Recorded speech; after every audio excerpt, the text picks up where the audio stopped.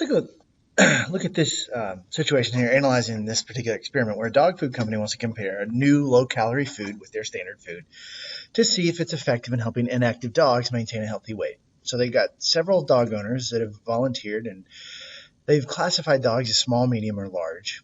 And then there's companies that are going to supply the owners with the food that they need, and the owners have agreed not to feed their dogs.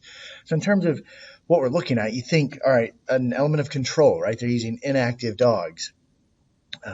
So there's some control right here. All the dogs are inactive. Another element of control, right? They've agreed not to feed their dogs anything else, right?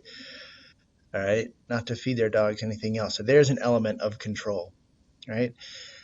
But one thing that they're also trying to control for is the size of the dog.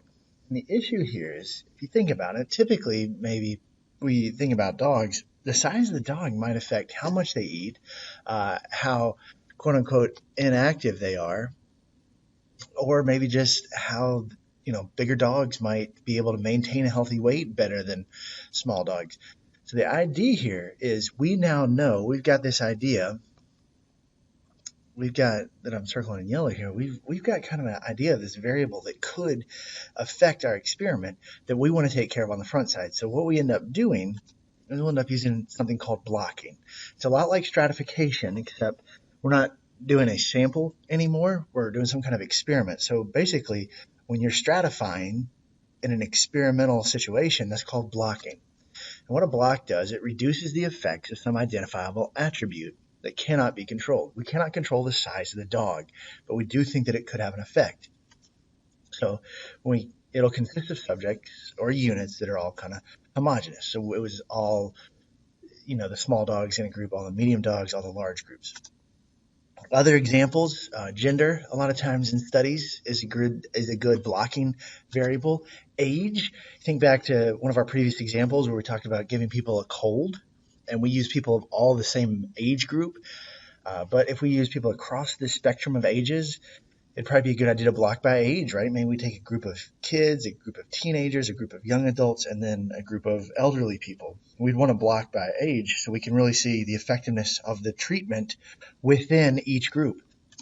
And then also location. You think about maybe you're doing some kind of agriculture study with some new fertilizer or some new technique that you'd like to try for farming. Well, the southwestern U.S. is a lot different than the northwest or the southern U.S. or even up in New England. So maybe we would try our new method in each area, compare it to an old method in that area, and then take a look at if our new method of farming or our new fertilizer is effective within each area. So we can block by location. Take a look at what we said about our dogs, right? We mentioned an element of control here is they're going to kind of try to control things by only feeding them a specific diet. And then we'd randomly determine which dogs get the diet. Now, as is, let's say we had 30 dogs and we kind of just started randomly assigning. We flip a coin, heads is the new, tails is the old food. Well, there's always a situation where we'd end up with all of the small dogs in one group. And that's not good because then all of a sudden we don't know, is it the food that's causing them to maintain a good weight? Or is it just because they're small dogs? So again, we'll replicate by using many dogs, but in order to take care of this idea of is the size of the dog, right? Is size of the dog really something that we need to take a look at? We'll block. So since the size of the dog may have an impact on weight, let's block by weight. And so what that would look like in terms of these visual representations we've been using. So we'll separate our dogs. We have 10 small, 10 medium, 10 large. And then 5 within each group will get the regular diet, 5 will get the special diet. Here's where the random assignment occurs. Right? Notice we're randomly assigning, and the word here I'm going to use is within the block. Right? You don't randomly assign the dogs to their block, right? It's not like you could say, all right, we got a Great Dane, we'll randomly assign that dog to the small group. It's random assignments once you separate it into groups. Think back to a stratified random sample. You separate the groups, and then you did your random sample within each group. Exact same idea. Again, a block design is essentially stratification within an experiment.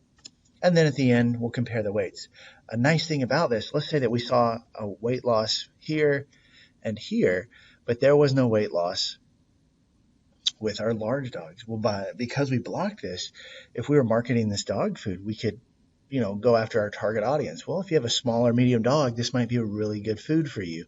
Large dog, this might not be your best bet.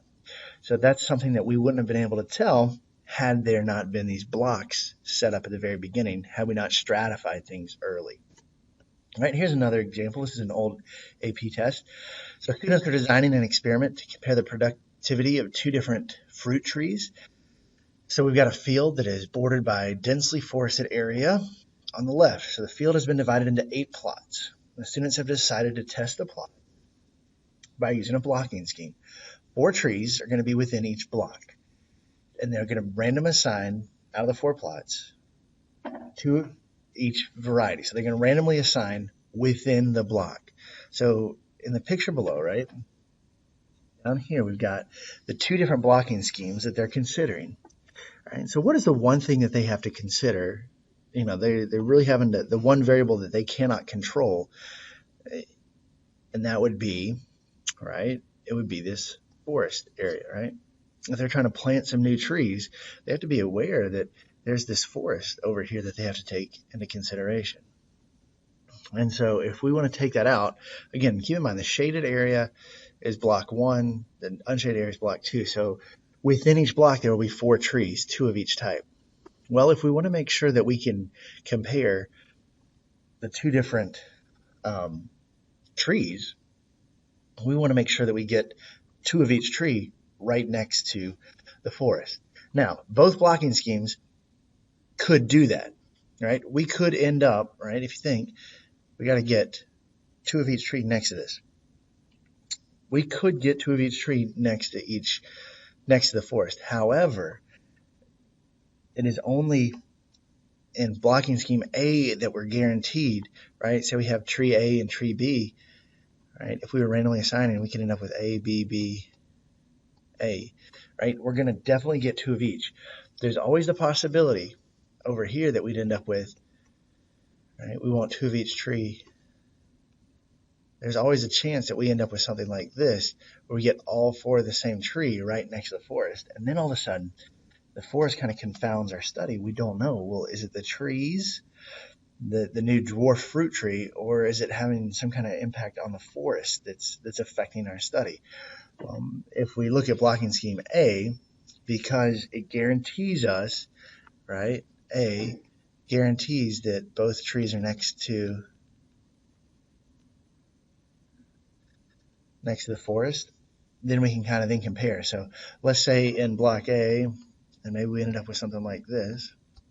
Let's say in the first block, A's were bigger. In the second blocks, A's were bigger again, even if this second group of trees, even if this group happened to be a little bit taller, maybe because they had more sunlight, if A's still tended to be bigger than B's, then all of a sudden we can have something that we can go on. So we want to, again, if you're going to take the trees, the forest into consideration, we have to think, all right, what's going to guarantee that I get both treatments in each block having the same effect of whatever variable you're trying to take out. Another example, here's one that we talked about in class, but worth reiterating. So we're going to conduct this experiment to compare heat gain with 2 types of windows, A and B. And so the interior of the house, each window is surrounded by a window box, and it's going to capture the amount of heat coming through. So they'd like to set up a randomized block experiment. Well, what's the one variable that we're trying to kind of consider? And when you think about windows and heat gain, and we have east and west there, a really big one to consider is the sun, right? The sun goes from east to west. So we want to make sure we end up, right, we have 6 windows of each type. So there's 12 windows. We want to make sure that we have 6 windows of each that we're considering here. If we're thinking about the sun, the morning sun a lot of times is different than the afternoon sun. Or maybe it's really sunny in the morning and it gets cloudy in the afternoon. Well, if we were to block the east side versus the west side of the house, 1 through 6 is one block, and then, and then we go 7 through 12 is the other because of the sun, right? That way, when I put 3 of each in block 1 over here, I definitely have 3 A's and 3 B's, that are affected by the morning sun, and then I'll end up with 3A's and 3B's affected by the afternoon sun. Also, when you get to part B, how would you assign these types of windows? We just want to make sure we talk about some kind of random assignment. Maybe we do heads, we do a coin flip.